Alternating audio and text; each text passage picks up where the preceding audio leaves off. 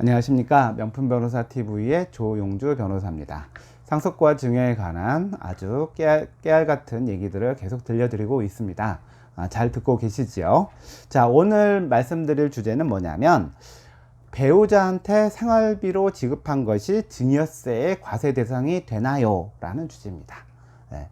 자, 여러분들 이렇게 뭐 맞벌이도 있고 홀벌이도 있는데 보통은 남자들 같은 경우에 이렇게 월급이 들어오면 이제 생활비나 이렇게 명목으로 아니면 전체를 이제 배우자에게 주는 경우가 있어요. 그래서 그 돈을 가지고 생활하는 게 좀 보편적인 모습인 것 같아요. 뭐 맞벌이인 경우에는 뭐 공동 통장을 만들 수도 있고 아니면은 생활비를 쓰는 뭐 배우자 부인에게 돈을 매달 송금을 하는 경우가 있는데, 자, 그렇게 해서 생활비로 같이 쓰는 거라면 그냥 일반 상식적으로 볼 때는 증여세 과세 대상이 아니라고 생각할 수가 있잖아요. 근데 꼭 그렇지만은 않습니다.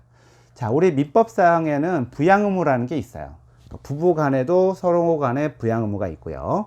그 다음에 직계 존비속 간에, 그러니까 부모가 자식이 부모를 부양할 의무가 있는데, 그 부부 간의 그 부양 의무나 부모가 자식을 부양하는 의무는 일차적인 부양 의무고, 자식이 이제 그 부모를 부양하는 거는 뭐 2차적인 부양 의무라고도 할 수가 있겠죠.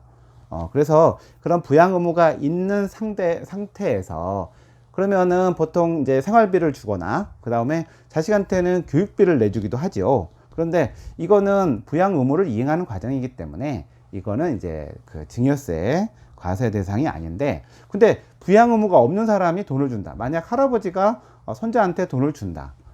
뭐 교육비를 준다. 이런 경우는 어떻게 되겠습니까? 이거는 이제 증여세 과세 대상이 될 수가 있죠. 근데 만약 부모가 없어요. 그러면 할아버지가 그러면 교육비 줄 수 있는 거잖아요. 그래서 부모가 없거나 부모가 부양 능력이 없을 때 할아버지가 손자한테 주는 교육비 또 생활비, 이거는 증여세 과세 대상이 되지 않습니다. 그래서 상황에 따라서 좀 달라지는데, 근데 문제는 뭐냐면 실질적으로 그 돈이 생활비나 교육비로 사용이 되었느냐가 되게 중요한 거겠죠. 그래서 만약 그 이제 배우자한테 재산을 이렇게 보내줬어요. 뭐 예를 들어서 한 달에 500만 원씩 보내줬습니다. 근데 그거 가지고 이제 생활을 하는 사람이 이제 풍족한 사람도 있고 부족한 사람도 있겠고 할 텐데, 만약 한 달에 500만 원씩 남편이 배우자한테 500만 원씩 송금했어요. 근데 그 배우자가 300만 원은 생활비로 쓰고 200만 원은 저축을 해서 부동산을 샀어요. 나중에 돈을 모아서. 그러면 이 200만 원은 증여한 걸까요? 그냥 생활비 전체로 모아서 증여세 과세 대상이 아닐까요? 그래서 만약 지금 그 세무서에서는 이렇게 돈을 모아가지고 부동산이나 주식을 취득한다면 그건 생활비 아니다. 그래서 그 돈이, 부부 사이의 증여세는 6억이 10년 동안 비과세잖아요. 근데 이걸 초과하게 되면 그때는 증여세를 과세하고 있습니다. 그래서 여러분들이 계좌이체로 보내서 매달 뭐 돈을 보내면 그게 생활비로 인정받아서 비과세다라고 할 수는 없고요. 보통은 그렇게 되지만 통상보다 많은 돈을 줬거나 아니면은 그 돈이 부동산이나 주식이나 자산을 취득하는데 사용됐다면 그건 생활비로 보지 않고 그거는 증여세 과세 대상이 되고요. 그래서 결국은 그 돈이 생활비로 쓰였는지 여부를 그 납세자가 그걸 입증을 해야 돼요. 예. 그래서 부부 사이에 이렇게 자산을 취득하기 위해서 돈을 송금한 경우에는 증여세 과세 대상이 되고요. 그래서 여러분들이 그 생활비로 쓰이는 것과 그렇지 않은 것은 구분해서 아마 송금을 하는 것이 좋습니다.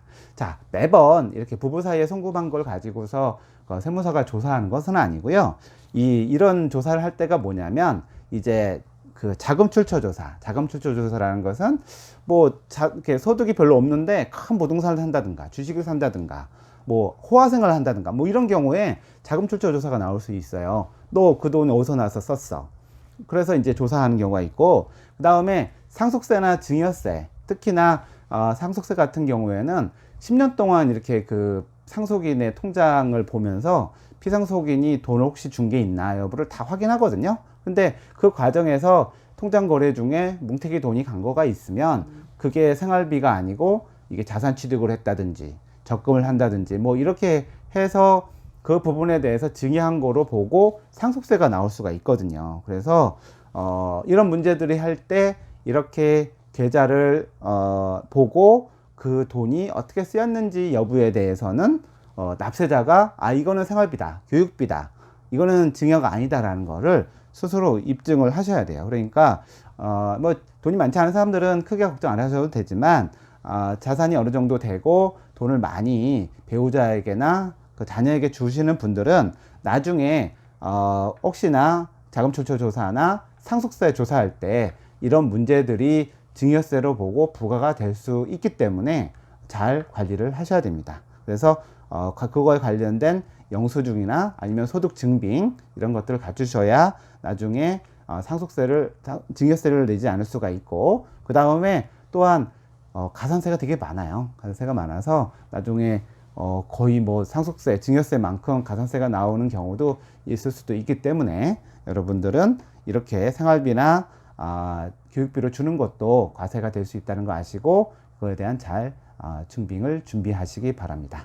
이상 명품 변호사의 오늘 그 배우자에게 생활비 송금한 것도 증여세로 과세될 수 있다라는 점을 여러분 이해하시고 방송을 마치도록 하겠습니다. 좋아요와 구독 꼭 부탁드리겠습니다. 감사합니다.